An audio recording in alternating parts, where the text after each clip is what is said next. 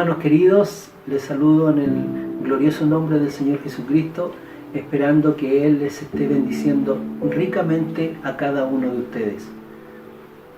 En este día hermoso de lluvia, queremos dar gracias al Señor porque Él sabe que necesitamos el agua y nos da este hermoso día de lluvia. Y también les quiero invitar a que tengamos una lectura de la palabra del Señor. Esta se encuentra en el libro de Salmo, en el capítulo 8. Y en el nombre del Señor dice así: Oh Jehová, Señor nuestro, cuán glorioso es tu nombre en toda la tierra. Has puesto tu gloria sobre los cielos. De la boca de los niños y de los que maman fundaste la fortaleza. A causa de tus enemigos, para hacer callar al enemigo y al vengativo. Cuando veo tus cielos, obra de tus dedos, la luna y las estrellas que tú formaste, digo, ¿qué es el hombre para que tengas de él memoria, y el hijo del hombre para que le visites?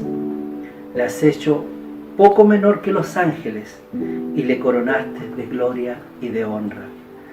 Le hiciste señorear sobre las obras de tus manos, todo lo pusiste bajo sus pies, ovejas y bueyes, todo ello, y asimismo las bestias del campo, las aves de los cielos y los peces del mar, todo cuanto pasa por los senderos del mar. Oh Jehová, Señor nuestro, cuán grande es tu nombre en toda la tierra.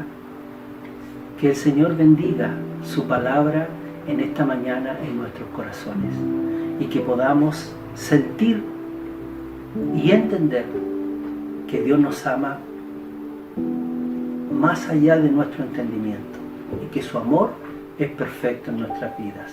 Ahora les quiero invitar a tener un momento de oración para dar gracias al Señor por esta su hermosa palabra. Oremos, hermanos. Padre nuestro que estás en el cielo, Señor, te glorificamos y te adoramos en esta hora. Tú eres grande y maravilloso. Tu misericordia es abundante en nuestras vidas. Te damos gracias, Señor, por esta tu palabra, porque trae a nosotros una grande sensación y entendimiento de que tú nos amas profundamente. Y por eso en esta hora te agradecemos, Señor, porque todo lo formaste por intermedio de tu Hijo Jesucristo para nosotros. Gracias, Señor. No tenemos palabras para agradecerte, pero aún así, todo lo que agradecemos lo hacemos en el nombre de nuestro Señor Jesucristo. Amén. Que el Señor les bendiga, hermano, y que tengan una excelente semana.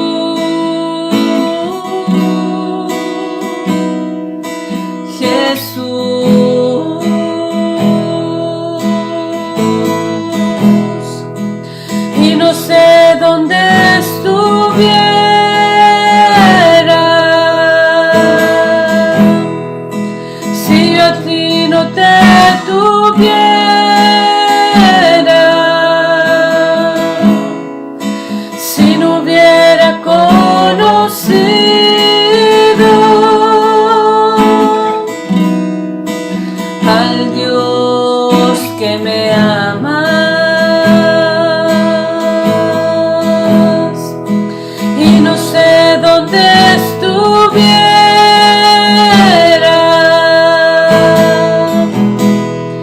si yo a ti no te tuviera,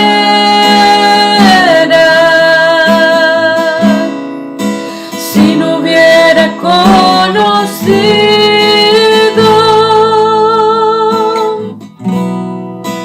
al Dios que me ama.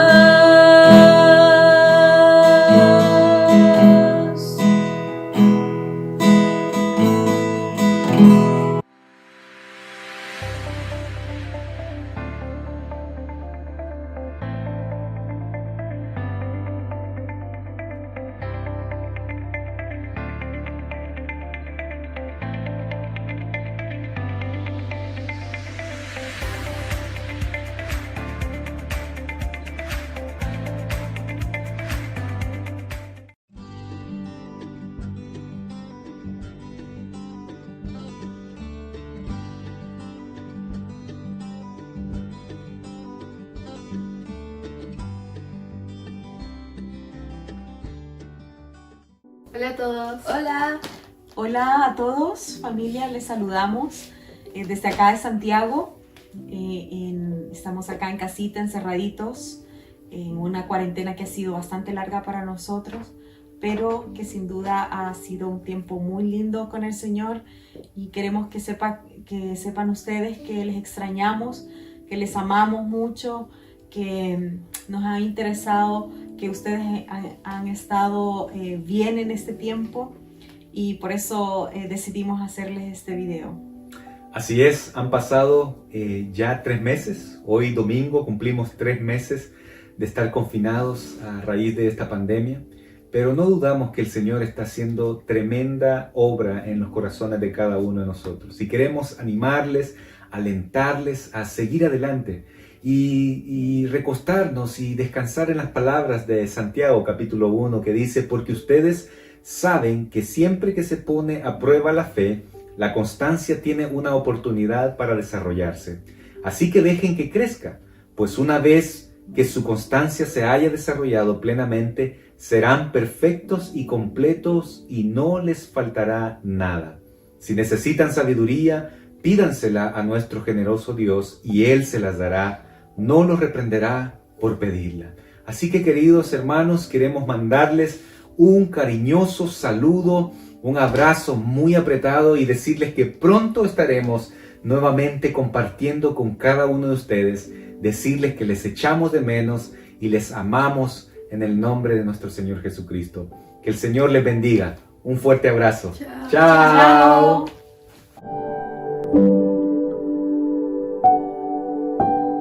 Buenos días, amados hermanos. Estamos nuevamente aquí frente a la palabra del Señor. En esta mañana, en este día del Señor, donde Él nos permite acercarnos a Él en nuestra adoración, con nuestros corazones dispuestos, a través quizás de muchas batallas que hemos tenido que dar durante esta semana, pero en todo aquello Dios ha demostrado su fidelidad, ha demostrado su gracia y amor hacia su pueblo.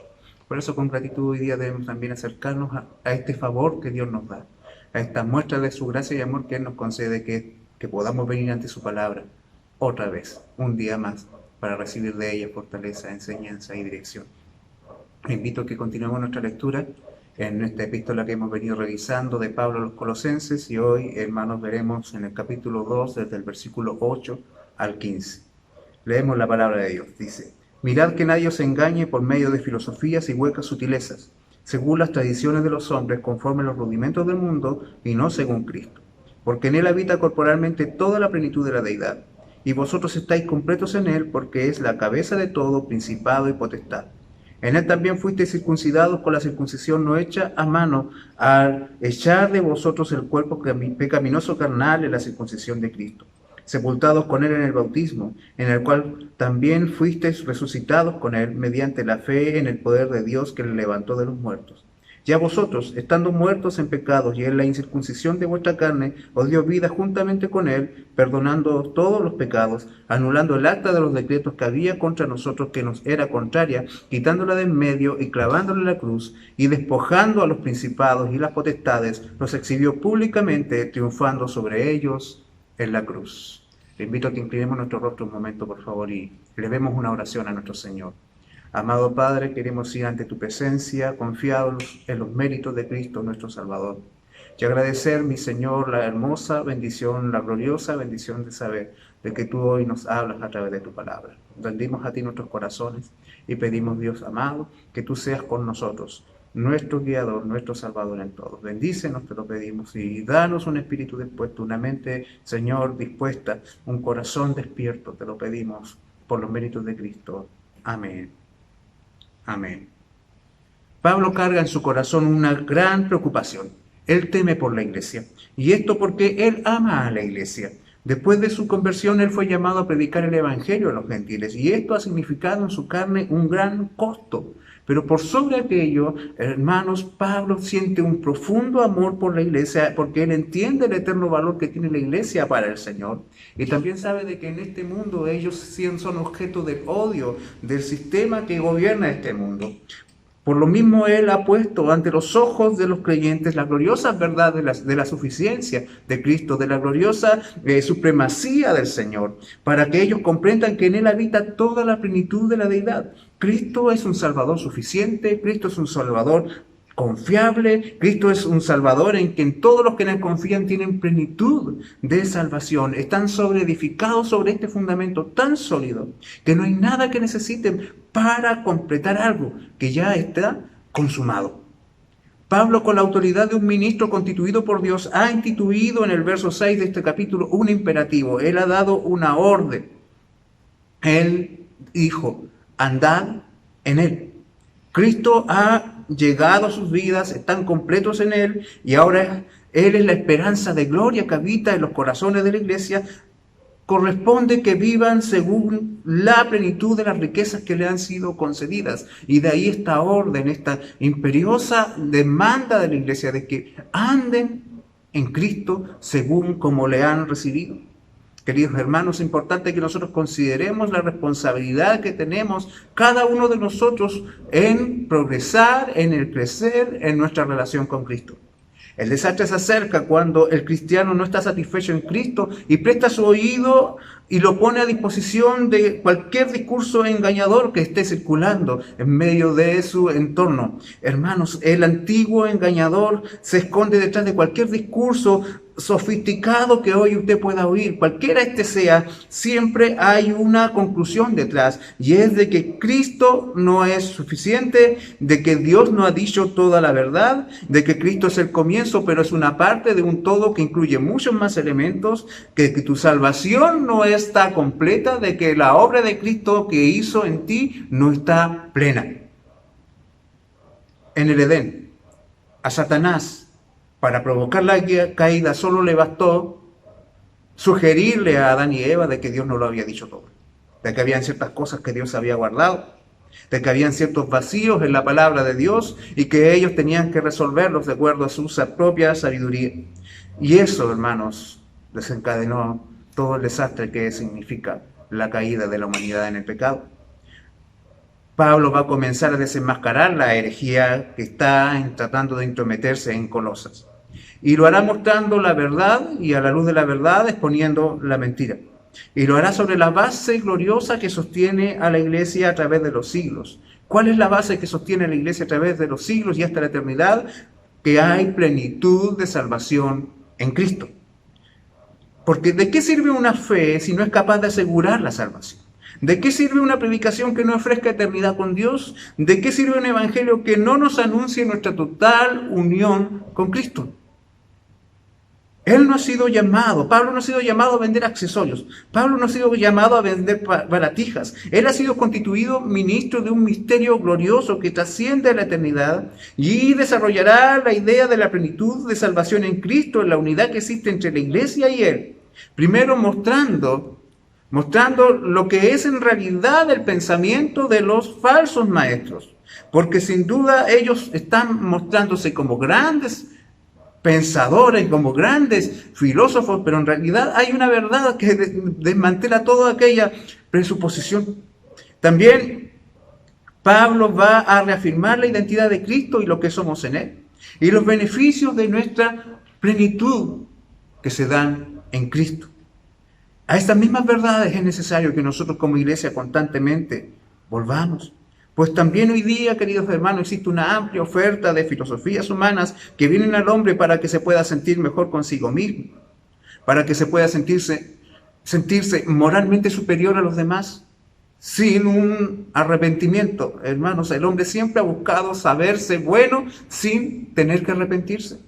Pero además de eso, las circunstancias que hoy rodean a los hijos de Dios son circunstancias apremiantes, son cosas que nunca antes habíamos vivido, y quizás en medio de todas estas circunstancias difíciles nuestro corazón tienda a abatirse. Es probable que nos sintamos solos, es probable que nos sintamos no amados, de que el distanciamiento realmente provoque heridas en nuestro corazón. Hermanos, ¿cómo sobrellevaremos tanto la fidelidad a la verdad como un corazón firme en medio de circunstancias angustiosas, recordándonos la gloriosa y eterna verdad que sostiene a la iglesia por los siglos? Cristo es suficiente y en Él estamos completos. Bendito sea nuestro Salvador. Pablo va a presentarnos al iniciar esta exposición la realidad de la filosofía de los falsos maestros. Pablo ha entregado ya un imperativo a la iglesia: andad en Él. Y está estableciendo la responsabilidad que los creyentes tienen para con Cristo. Ellos son libres y están capacitados por el poder del Espíritu Santo para responder con fidelidad a la obra redentora de Cristo. En la porción que hemos leído se agrega un segundo imperativo, una nueva orden que va complementando la idea de la responsabilidad del creyente, y es la que nosotros encontramos al inicio del verso 8, que dice: mirad que nadie os engañe, estad alertas, estad atentos, pónganse en guardia, ustedes son responsables de no ser engañados. Los cristianos deben estar alertas contra las falsas construcciones de pensamientos que buscan esclavizar a través del engaño. Uno de los más importantes y consistentes contrastes que pueda existir entre el Evangelio y cualquier otra ideología humana es de que el Evangelio siempre dignifica y liberta al hombre. En cambio, las filosofías humanas esclavizan y denigran y destruyen finalmente aquellos que se supone que vienen a dignificar, aquellos que vienen a poner en alto. Basta con ver lo que el feminismo ha hecho con las mujeres que le han abrazado. Cuando Pablo dice que deben cuidarse de ser engañados, él usa la idea, o detrás de esta palabra hay una idea, es la de no dejarse esclavizar a través del engaño. Esto sugiere la imagen de hombres que son tomados como botín de guerra y son llevados hechos prisioneros después del saqueo de una ciudad. Entendemos por lo tanto la gravedad que existe en esta advertencia de Pablo y en esta orden que Pablo está dando. Debemos entender que el riesgo que amenaza a los colosenses no es solo de introducir una idea de diversidad al interior de la doctrina que ellos tienen, sino el de acabar siendo esclavos de una cosmovisión, de una interpretación de la vida aparte de Jesucristo, que les dejará atrapados, les dejará encarcelados dentro de una secta, dentro de una forma de pensamiento que denigrará su libertad, que socavará la libertad que Cristo les ha dado al morir por ellos. Pablo dice: son ustedes los primeros responsables en cuidarse de no ser atrapados.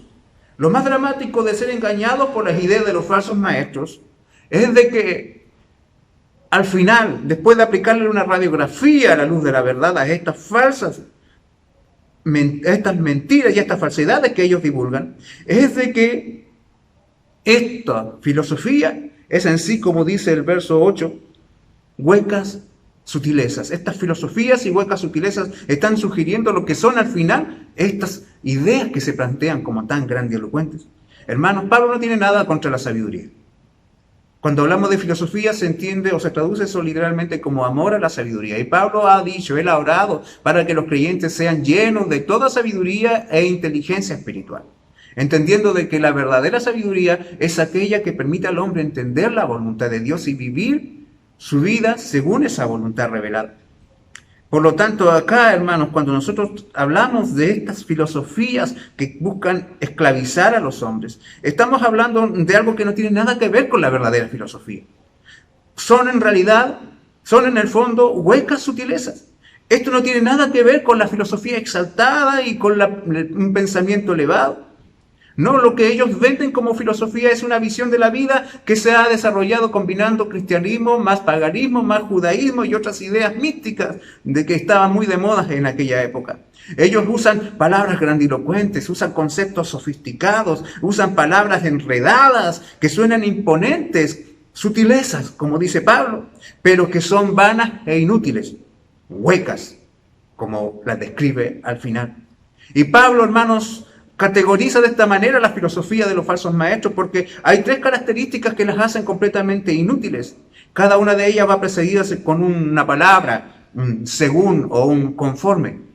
Entonces, para poder discernir cuándo una filosofía es hueca, inútil y vana, nosotros podemos considerar esta misma regla que Pablo aquí aplica para clasificar de esta manera, para calificar de esta forma estas ideas que los falsos maestros quieren introducir en la iglesia. Lo primero que encontramos es, en la continuación del verso 8, de que estas filosofías y huecas sutilezas son según las tradiciones de los hombres. En otras palabras, Pablo dice que estas ideas son invenciones humanas, estas enseñanzas no se basan en la palabra de Dios, no se basan en las palabras de Cristo, ni se basan en las enseñanzas apostólicas.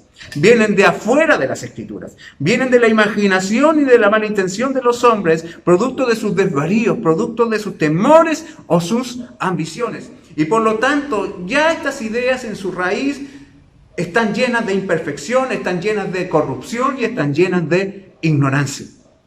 En segundo lugar, dice también el texto, conforme a los rudimentos del mundo, estas sutilezas, estas huecas sutilezas, estas filosofías, son conforme a los rudimentos del mundo.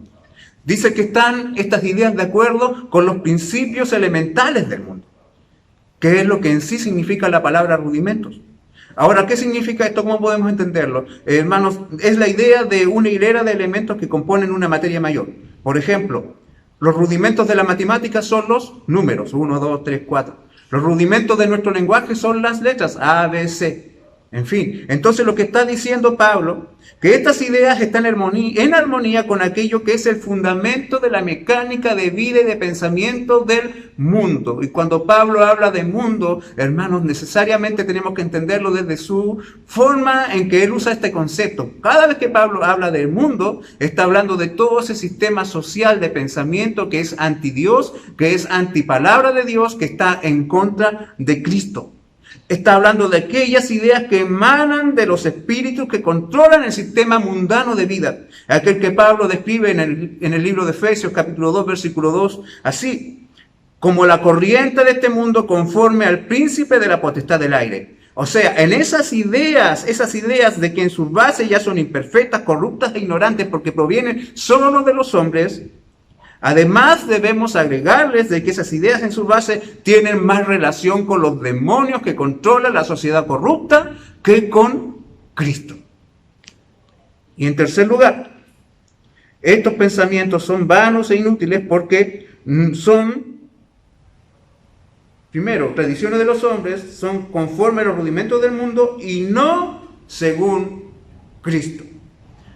Estos pensamientos no son según Cristo. O sea, contradicen activamente el Evangelio del Señor Jesucristo que el apóstol Pablo ha venido enseñando. Seguramente, y de acuerdo a lo que Pablo ha venido elaborando, están contradiciendo la superioridad de Cristo, están contradiciendo la supremacía del Señor, la soberanía de Cristo, están reduciendo la obra salvadora de Cristo, quizás sugieren de que la gente necesita algo más que la obra de Cristo, por lo tanto no concuerdan con el Evangelio que el apóstol Pablo está predicando, y si no se somete al Evangelio, está en contra del Evangelio, está en contra de Cristo. El mercado de las filosofías huecas, hermanos, no es algo ajeno a nuestra realidad. No se ha acabado, no se terminó, no quedó allá en el siglo I. Basta con encender la televisión y ver cómo los rudimentos del mundo son promovidos abiertamente en la sociedad actual que se declara tan antirreligiosa. La verdad es que la sociedad actual no es antirreligiosa, es muy religiosa, lo que es anticristiana. No le molesta creer en ideologías absurdas como la ideología de género. No se molesta en adorar ángeles. No le molesta depender de las estrellas. Puede y está dispuesta a creer cualquier cosa que no sea creer en Cristo. Ridiculiza el Evangelio. Para ellos el Evangelio es para ignorantes y ridículos, pero a la vez afirman con absoluta seguridad de que sus destinos son gobernados por las estrellas. Los creyentes deben estar en guardia, deben estar alertas. Por eso Pablo dijo, mirad, estad atentos, observad a vuestro alrededor, porque el engaño está tratando de atraparles y ustedes son responsables de no dejarse esclavizar. No ocupes tu tiempo en escuchar algo que no venga de las Sagradas Escrituras. No te pongas a servicio de aquello que menosprecie el Evangelio de Cristo. Las palabras de Pablo aquí son muy importantes para nosotros. Él dice que el cristiano debe estar en guardia. El cristiano debe permanecer constante en alerta contra la mentira. Porque todos somos ministros del Evangelio, porque todos hemos sido llamados a andar según Cristo, porque todos los cristianos debemos seguir el ejemplo de los nobles bereanos que estaban en guardia contra las enseñanzas y se pusieron a escudriñar en la Escritura lo que el mismo Pablo les estaba predicando. Hermanos, dijo un gran predicador, no me vengas con una así, dice el Señor, a menos que tenga un capítulo, a menos que tenga un versículo. El Señor nos ayude a ser fiel a la verdad que nos ha sido entregada. Y es necesario que conozcamos la realidad de esas filosofías que en el fondo son huecas sutilezas. Lo segundo que hace Pablo en este texto para fortalecer el corazón de la iglesia, después de haber estar desenmascarando la mentira, él reafirma los corazones de la iglesia, reafirmando la identidad de Cristo, de quién es Cristo y lo que somos nosotros en él. Seguimos leyendo. Porque en él habita corporalmente toda la plenitud de la deidad y vosotros estáis completos en él, que es la cabeza de todo principado y potestad. Pablo sabía que el fundamento de todo creyente es Cristo. La mirada puesta en el Señor trae salvación. Mirad a mí todos los términos de la tierra y seréis salvos. Pero además, hermanos, una vez que somos salvos, mantener la mirada puesta en Cristo sostiene al hombre en medio de la prueba y le libra del engaño. Por eso, hermanos, luego de advertir sobre las falsas enseñanzas, nos dirige, nos apunta hacia Cristo para que nosotros seamos afirmados al reafirmar la verdad acerca de quién es Cristo y quiénes somos nosotros en unión con Él. Porque conocer esto, recordarnos esto, es un fuerte escudo, un certero escudo contra el engaño. Y hay tres cosas que nosotros debemos recordar y que son formidables, que están relacionadas acerca de quién es nuestro Salvador y acerca de lo que somos nosotros unidos a Él. La primera, versículo 9, porque en Él habita corporalmente toda la plenitud de la deidad. Esto quiere decir que en Cristo se encuentran no solo los atributos de Dios, de que Cristo no solo hace las obras de Dios, sino que Cristo es la esencia misma de Dios manifestada visiblemente a los hombres. Toda la plenitud de la deidad habita en Él. El pleroma de Dios está en Cristo. Él no se parece a Cristo. El Dios Cristo no se parece a Dios. Cristo es Dios mismo en medio de nosotros. Y esta plenitud de la deidad habita en Él en forma corporal. Jesús no solo se parece a Dios, es la segunda persona de la Trinidad y Él está manifestado, fue manifestado en la carne. Él no solo hace la obra de Dios, no hay nada impío en Él, como Pablo también lo enseña. Y cualquier enseñanza, cualquier declaración acerca de Cristo que diga algo menos que esto, no está de acuerdo con las Escrituras. Él dice que en Él habita corporalmente toda la plenitud de la deidad. Al afirmar esta verdad, Pablo está también refutando una idea o dos ideas que los falsos maestros sostenían. Y la primera consistía de que el Espíritu de Dios estuvo un tiempo habitando en Cristo, pero no fue una habitación o una comunión permanente. Pero Pablo dice aquí de que en Él habita. Y esto establece una certeza de permanencia, de que siempre estuvo habitando en Él la plenitud de la deidad. Y que está habitando en Él la plenitud de la deidad. Y la otra idea herética que es combatida aquí es cuando Pablo dice de que esta plenitud estuvo en Él corporalmente o está en Él corporalmente. Así sostiene que la profunda unidad entre la naturaleza humana y la naturaleza divina. La comunión que existe entre ambas naturalezas en Cristo es plena y completa. Una no absorbe ni disminuye a la otra. Una no viene y reemplaza a la otra. Una no se convierte en la otra. Cristo es hombre, Cristo es Dios. Y esto es algo que los falsos maestros negaban, porque según ellos no podía la materia que era así corrupta habitar en conjunto con el Espíritu, que en sí era perfecto y pleno. Esta es una idea propia tomada del pensamiento griego. Entonces vemos, hermanos, que la influencia de los falsos maestros estaba basada en conceptos culturales propios de donde ellos vivían. Pero Entendemos por las Escrituras y según lo que Pablo nos dice acá, de que Cristo es verdaderamente Dios y Cristo es verdaderamente hombre. Pablo dice que la naturaleza humana y la divina coexistieron permanentemente y coexisten permanentemente en Cristo. Por cuanto otros maestros vengan y digan, Jesús es un gran profeta. Oh, sí, estoy de acuerdo con Jesús y me gusta su pensamiento porque Él es un gran maestro. Aunque sean así de respetuosos, ellos están siendo ofensivos. A Cristo se le honra por lo que Él es, en su revelación manifestada. Él no es simplemente un gran profeta, Él no es simplemente un gran sacerdote, Él no es simplemente un gran rey, ni un gran maestro. Él es el Hijo de Dios y en Él habita toda la plenitud de la deidad.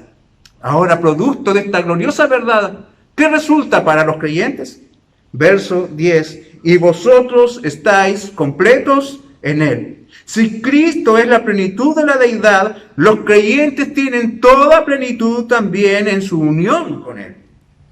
Pues en Él han sido perfeccionados. Cristo es el perfeccionador de la iglesia. ¿Qué es lo que quiere decir, hermanos, estar completos en Él?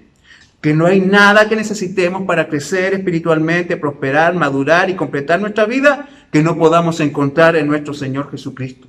Al estar arraigados en Él, al estar sobreedificados en Él, estamos recibiendo una constante fuente, estamos unidos a una constante fuente de vida que satisface cualquier necesidad en esta vida y en la vida venidera.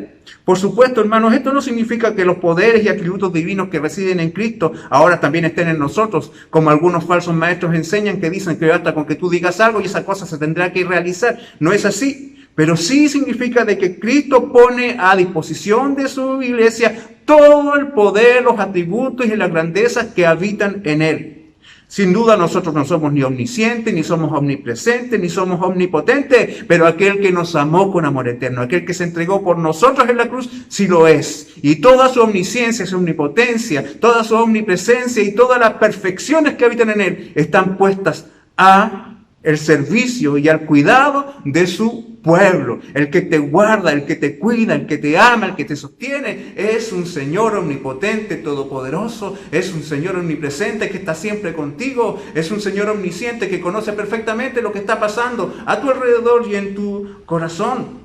Por lo tanto, queridos hermanos, Dios te cuida y tú estás pleno en Él. Tampoco significa que hayamos alcanzado automáticamente toda la plenitud de la madurez espiritual y de la perfección moral.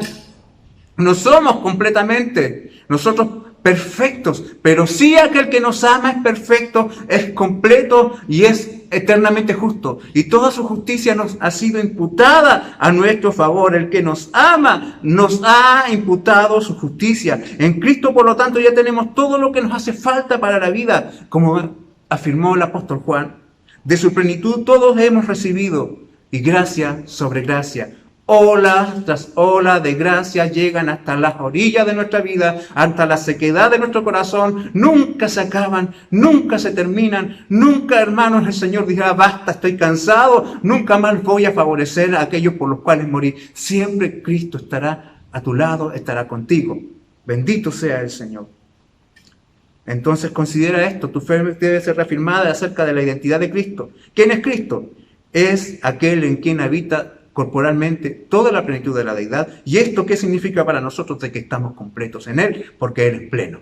Bendito sea el Señor. Pero hay otro punto más que la iglesia debe afirmar, debe levantar como un estandarte. Y es lo que continúa en el versículo 10. Y vosotros estáis completos en Él. ¿Quién es Él? Que es la cabeza de todo principado y toda potestad. ¿Quién es principado de toda? ¿Quién es la cabeza de todo principado y de toda potestad? Pablo está diciendo aquí que es una locura ir a alguien más en busca de plenitud si la plenitud de Cristo ya se hace extensiva al creyente. Cristo es la autoridad máxima sobre todo el mundo espiritual. Los falsos maestros están buscando socavar la confianza en Cristo. Están proponiendo ellos que Él no es más que uno entre muchos mediadores entre Dios y los hombres. Están diciendo que la obra de Cristo quedó a medias y decían que hay que satisfacer también las exigencias de otras deidades como ángeles y espíritus y seres celestiales por medio de ritos y ceremonias que ellos están dispuestos a enseñarles. Pero esto no es cierto. No, no es cierto, porque solamente ellos están completos en Cristo y no existe ninguna otra necesidad de someterse a la esclavitud de otros señores. Cristo mismo es el Señor y dueño de toda potestad y de todo aquello que existe tanto en el mundo material como en el mundo espiritual. Todas las huestes invisibles se someten a Él. Él tiene en todo la preeminencia. Él es Señor y Él es dueño. Cristo es supremo, preeminente, y su señorío y autoridad son incuestionables. Él es la cabeza de la iglesia. Él es la cabeza de la creación y la cabeza de los poderes invisibles. No hay nada que se escape a su dominio. Él es Salvador y Él es Señor. Todo se somete a su autoridad. La plenitud de la salvación está en Él, porque en Él habita toda la plenitud de la deidad, porque estamos completos en Él y porque todo está bajo su dominio, hermano. No hay nada a lo cual tú le debas temer, porque Cristo gobierna todas las cosas. Gobierna sobre todo lo que tus ojos ven y aquello que no también. Bendito sea nuestro Salvador. Reafirmar estas verdades nos llevarán a no una sensación, sino que a una convicción de plenitud que será inquebrantable. Y luego Pablo, de reafirmar la naturaleza de Cristo y lo que resulta para nosotros de aquello, él viene a mostrarnos los beneficios de nuestra plenitud en Cristo. Versículo 11. Y en Él también fuisteis circuncidados con la circuncisión no hecha a mano, al echar de vosotros el cuerpo pecaminoso carnal y la circuncisión de Cristo. Verso 12. Sepultados con Él en el bautismo, en el cual también fuisteis resucitados con Él, mediante la fe en el poder de Dios que le levantó de los muertos. Pablo ahora lo que pasa a hacer es describir lo que es la vida en Cristo, nuestra posición en Cristo y las implicaciones que éstas tienen para el creyente. La doctrina de la unión del creyente con Cristo es una verdad tan gloriosa, es una realidad incuestionable, pero a la vez también es algo muy difícil de poder comprender. Hay muchas doctrinas en las Escrituras que son difíciles de entender así a una primera lectura, pero no por eso dejan de ser verdaderas, dejan de ser reales. Y ahí es una doctrina gloriosa, hermanos, que debiese consolarnos en todo tiempo, y es que estamos unidos a Cristo, que estamos completos en Él. ¿Por qué? Porque estamos unidos a Él. La doctrina de la unión de la iglesia es algo real. Jesucristo mismo lo ilustró a través de la imagen de la vid y los pámpanos. Y Pablo lo ha venido explicando a través de muchas metáforas, como por ejemplo el matrimonio. Que el esposo y la esposa, cierto, son personas diferentes, pero en el matrimonio se vuelven una sola carne, y él dijo que este era un gran misterio. Pero también Pablo usa la otra imagen, la imagen de la cabeza y el cuerpo, la del edificio donde somos piedras que se van construyendo, edificando sobre el fundamento que es Cristo. En fin, de muchas maneras Él ha querido mostrar esta realidad de nuestra unión con Cristo. Esta doctrina es tan importante para Pablo, pues si es entendido lo que significa estar unidos a Cristo, no seremos víctimas del engaño, y creceremos en Él y seremos fortalecidos en cualquier circunstancia. Pablo quiere que la iglesia entienda la verdad de estar completos en Cristo. Y para eso se debe entender la verdad de la unión que existe entre la iglesia y el Señor. Nuestra plenitud descansa en la plenitud de Cristo. ¿Y cómo se consigue esto? Lo decíamos, al estar unidos a Él. ¿Qué es estar unidos con Cristo? ¿Cómo lo pudiésemos entender? Es como cuando nos casamos. Es cuando contrajimos matrimonio y cierto, yo sigo siendo la misma persona, sigo teniendo el mismo nombre, mi esposa también sigue teniendo el mismo nombre, sigue siendo la misma persona, pero estamos unidos ahora en una relación única, en una intimidad, en una cercanía que nunca antes habíamos experimentado y que nunca experimentaremos separados. Cuando estamos unidos con Cristo, no nos convertimos en Cristo y Cristo se convierte en nosotros. No se trata de eso, pero entramos en una relación tan íntima y estrecha con Él, como lo que se nos ha venido enseñando a través de todas las Escrituras, una relación de pacto con Dios, por la cual Él se declara nuestro Dios y nos declara a Él a nosotros como su pueblo, y por lo cual todos los beneficios de la vida y de la muerte de Cristo nos alcanzan.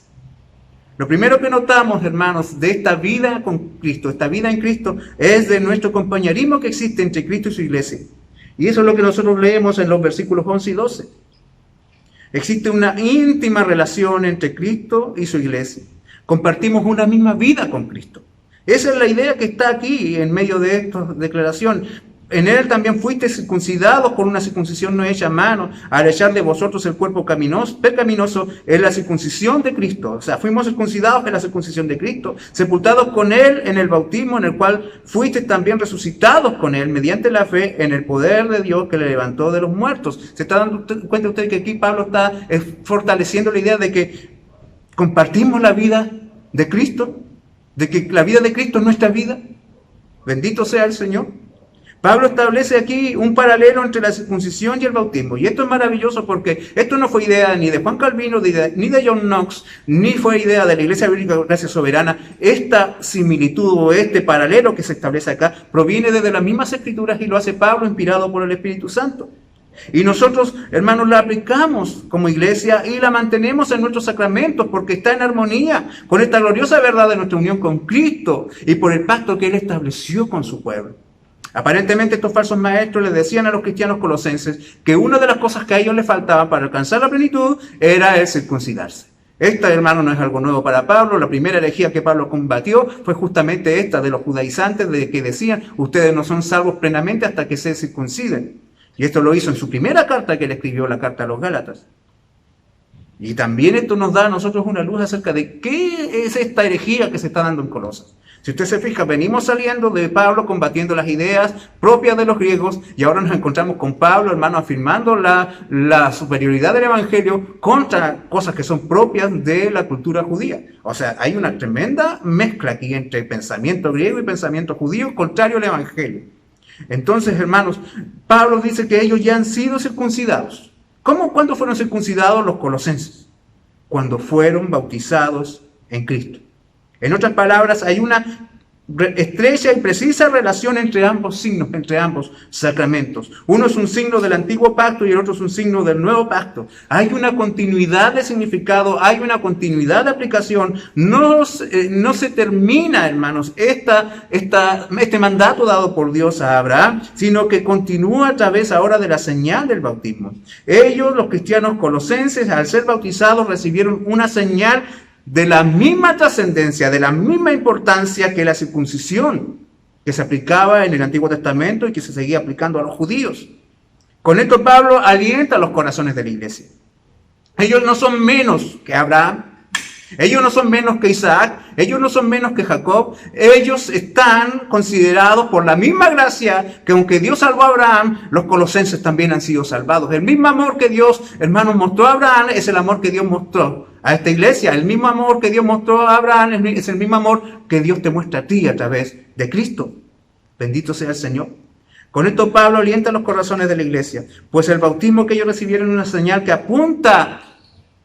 ¿A qué apunta? A la fidelidad de Dios. Se trata acerca de cómo las promesas del pacto se cumplen en Cristo y esas promesas también alcanzan a estos gentiles que no tenían esperanza sin Cristo. Las promesas del pacto le alcanzan a ellos a través de Cristo. El bautismo no solo se trata de la fe del creyente en Cristo. De hecho, hermanos, esa verdad está incluida dentro de todo lo que significa el bautismo. El bautismo no solo significa de que el creyente tiene fe salvadora en Cristo, sino que le incluye dentro de muchas otras cosas gloriosas y maravillosas que son realzadas en este acto de obediencia. El bautismo no solo se trata de la fe del creyente en Cristo, sino que aquí Pablo habla de este sacramento como algo que está en línea con la verdad de la unión del creyente con Cristo. ¿Se fijan? La fe en Cristo, pero la unidad del creyente con Cristo. Y habla también acerca de la obra de Dios en favor de su iglesia. Es una forma de anunciar que Dios nos amó primero. Es una forma, hermanos, de establecer de que Él nos alcanzó cuando aún éramos inútiles y cuando aún estábamos muertos en nuestros pecados. Es una señal que dice de que Dios vino a nosotros cuando nosotros no podíamos llegar a Él. Es por lo tanto esto, hermanos, este pensamiento es la base sobre la cual nosotros, por ejemplo, en nuestra iglesia impartimos este sacramento también a nuestros hijos. Porque este símbolo va más allá de la fe que pueda tener y ejercer el niño en el momento que está recibiendo el sacramento. Es como lo que ocurrió en Génesis capítulo 17. Isaac fue circuncidado al 8º día de nacido, porque de esta manera Dios señaló de que él era de su propiedad, de que él le pertenecía. Mucho antes de que él pudiese abrazar a Dios, Dios ya le había abrazado a él. Y en el bautismo, Dios se acerca y nos pone una señal para que cuando crezcamos y abracemos a Dios y hagamos nuestra confesión de fe, hermanos, miremos hacia atrás y digamos, hoy yo estoy viviendo aquello que Dios hizo primero por mí. Él me amó antes de yo amarle a Él. Él ya me amó en Cristo.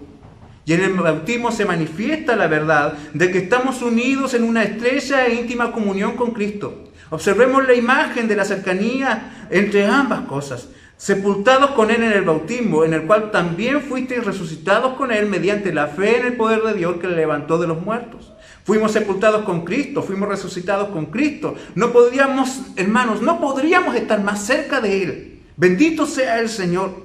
No pudieses tú, querida hermana, que estás quizás sola en tu hogar, de que quizás no puedes ser visitada por tu familia, producto de todas las disposiciones sanitarias de este tiempo, hermano. ¿Sabes tú? Estás quizás lejos de tus seres queridos, pero nunca estarás lejos de Cristo. No puedes estar más cerca de Cristo de lo que ya estás ahora por la obra de gracia que Él hizo por ti. Bendito sea el Señor. Cristo murió por nuestros pecados. Y cuando Él murió, nosotros también morimos por nuestros pecados. Hemos sido elevados a la novedad de la vida con su resurrección, que fue una muestra de su dominio sobre el pecado y la muerte y las fuerzas del mal. Ahora el beneficio de nuestra unión con Cristo es, según lo que nosotros hemos leído en el verso 13, y vosotros estando muertos en pecado y en la incircuncisión de vuestra carne, os dio vida juntamente con Él, perdonándoos todos los pecados. Pablo dice que debido a nuestro pecado fuimos condenados. Estábamos muertos en pecado, porque la ley nos acusó, porque nunca la cumplimos, pero Cristo vino y perdonó nuestros pecados. A través de su muerte, a través de su resurrección, nosotros tenemos completo perdón. ¿Y en qué consiste este perdón? Verso 14, anulando el acta de los decretos que había contra nosotros que nos era contraria, quitándola de en medio y clavándola en la cruz. Hermanos, había un acta de los decretos que nos era contraria. Esta expresión acta de los decretos es la imagen de un documento que certificaba a alguien como deudor y lo señalaba como tal delante de los demás. Pero cuando Cristo vino y consumó su obra, Él la anuló. ¿Pero qué significa de que Cristo haya anulado el acta? No significa de que Él vino y la trajo encima, no significa que tomó el papiro y lo rompió. Hermano, y literalmente la palabra anular significa que la tinta que estaba allí sobre ese documento y que señalaba la veracidad de nuestra deuda se desvaneció, se desapareció. Ese documento ahora está en blanco. No hay nada allí que nos esté acusando. Cristo borró todas las cosas que nos separaban de Dios. Bendito sea su nombre. No hay condenación para los que están en Cristo Jesús. Él anuló el acta de los decretos que nos era contraria y luego la clavó en la cruz. ¿Qué significa esto? Que su muerte logró ese perdón total, esa total reconciliación con Dios. Hermano, ¿qué más nos puede faltar si estamos unidos a Cristo? Hermanos, Cristo allí puso toda su autoridad para hacer que esa acta se desvaneciera por completo. Bendito sea su precioso nombre. Hermanos, en la cruz, Él anuló el acta.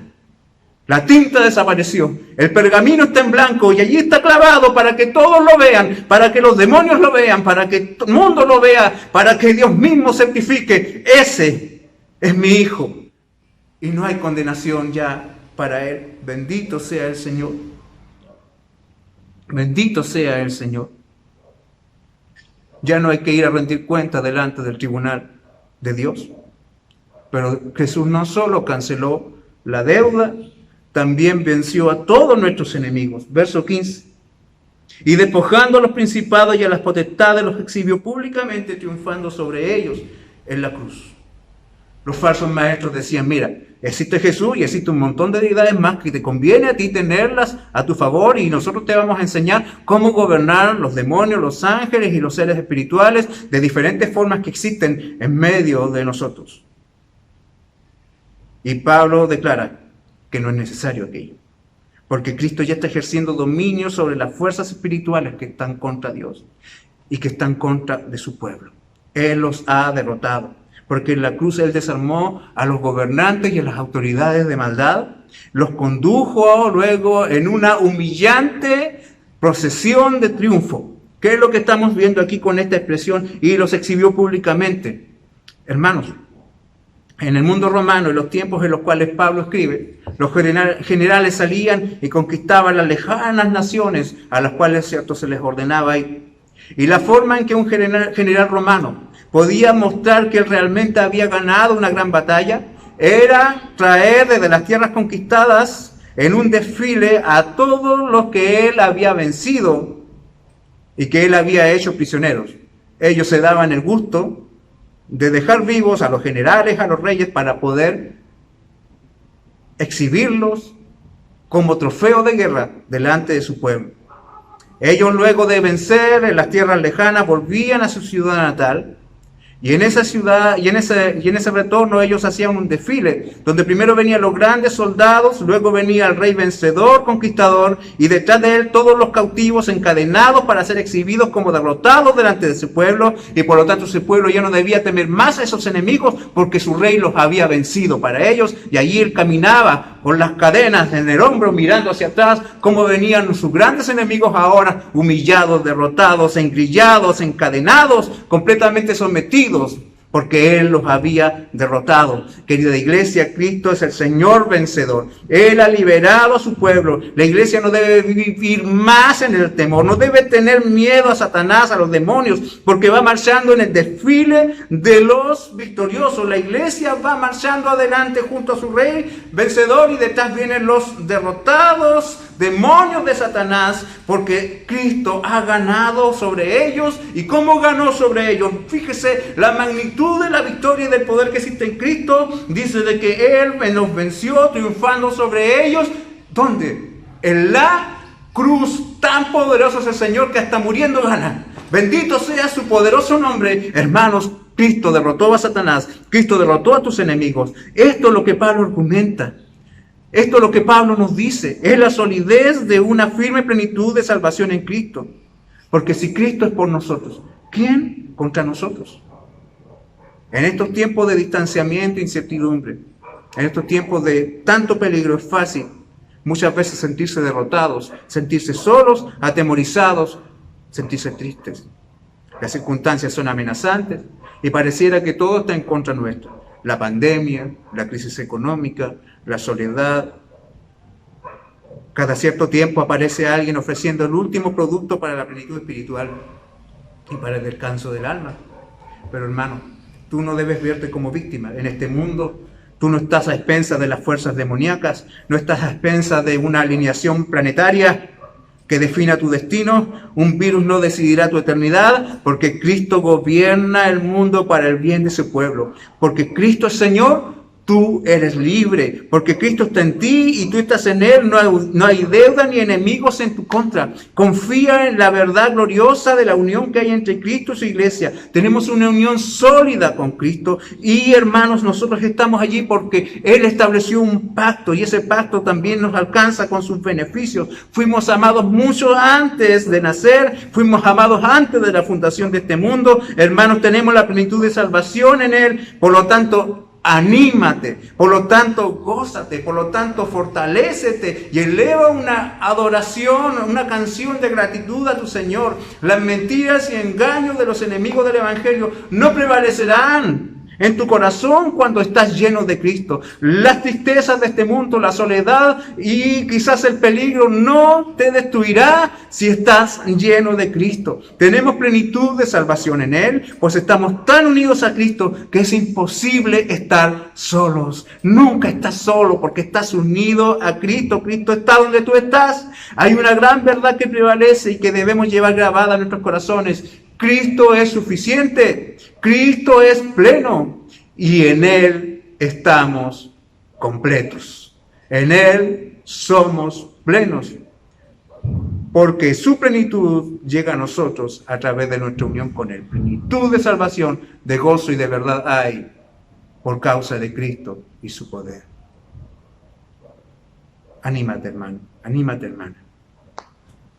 El Señor te sostiene.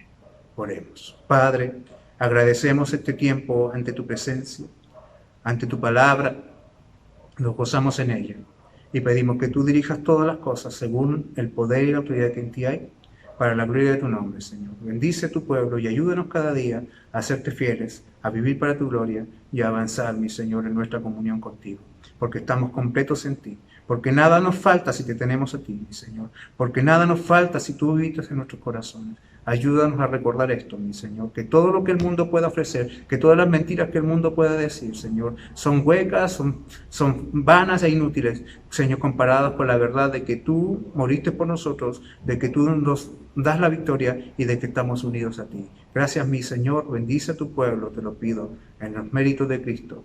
Amén. Amén. Que el Señor te bendiga, amada iglesia.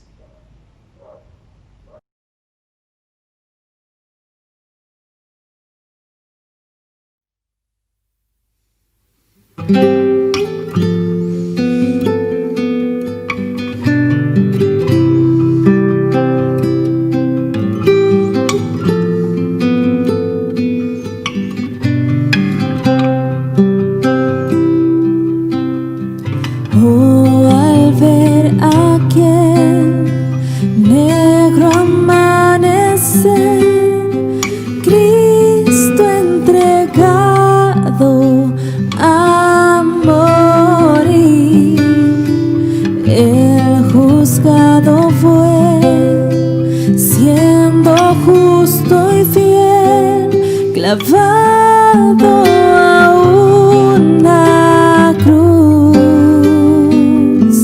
El poder de la cruz, pecado se hizo por mí, ira y culpa cargó, fui perdonado en la cruz. Oh, aquel dolor que tu rostro mostró, cargando el peso de mi maldad, toda corrupción, todo mal pensar, tu sangre cubrió allí. El poder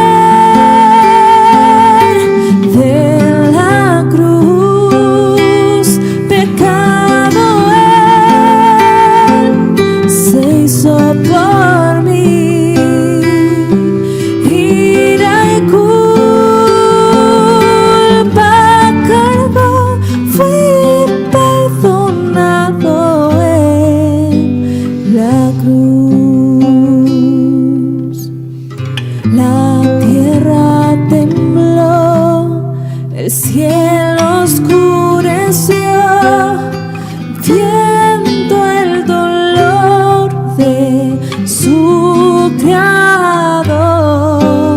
El velo se rasgó, se escuchó el clamor, su obra consumó. El poder de la cruz, pecado él se hizo por mí, ira y culpa cargó, fui perdonado en la cruz. Anulaste allí el acta contra mí, por tus dolores libre soy. Muerte derrotó, vida me otorgó tu inefable amor.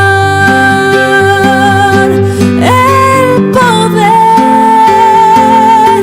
de la cruz, pecado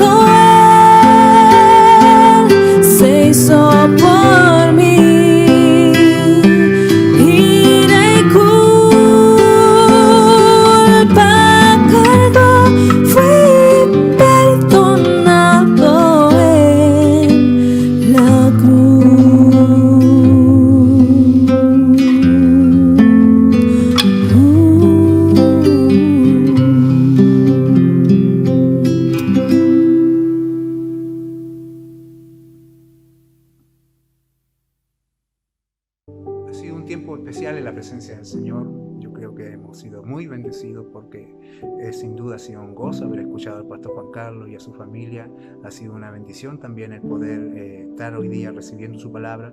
Y quiero animarles a que nuestros corazones busquen al Señor de una manera profunda e intensa, porque Él ya ha dicho de que estamos completos en Él. Nada nos falta. No carecemos de nada. No somos pobres ni somos víctimas. Somos más que vencedores en el Señor. Así que te invito, querida iglesia, a que procures cada día llenar más tu corazón de las gloriosas verdades de Cristo que por su palabra nos son compartidas, y que el Señor llene de satisfacción nuestras almas. Y antes de terminar, desearle un muy feliz día a todos los papás de la iglesia, que puedan pasarlo muy bien. Sabemos que nuestras expectativas son más pequeñas que las del Día de la Madre, pero no importa. Es la bendición que el Señor nos ha permitido vivir. Así que un abrazo para cada uno de ustedes, que disfruten junto a sus familias y que la paz de Dios llene sus corazones. Un abrazo, hermanos. Estamos en contacto, seguimos siendo iglesia, aunque no podamos estar juntos, estamos unidos en Cristo.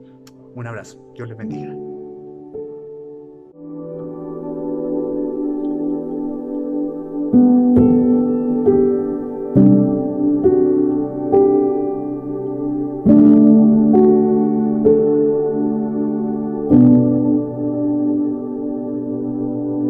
Thank you.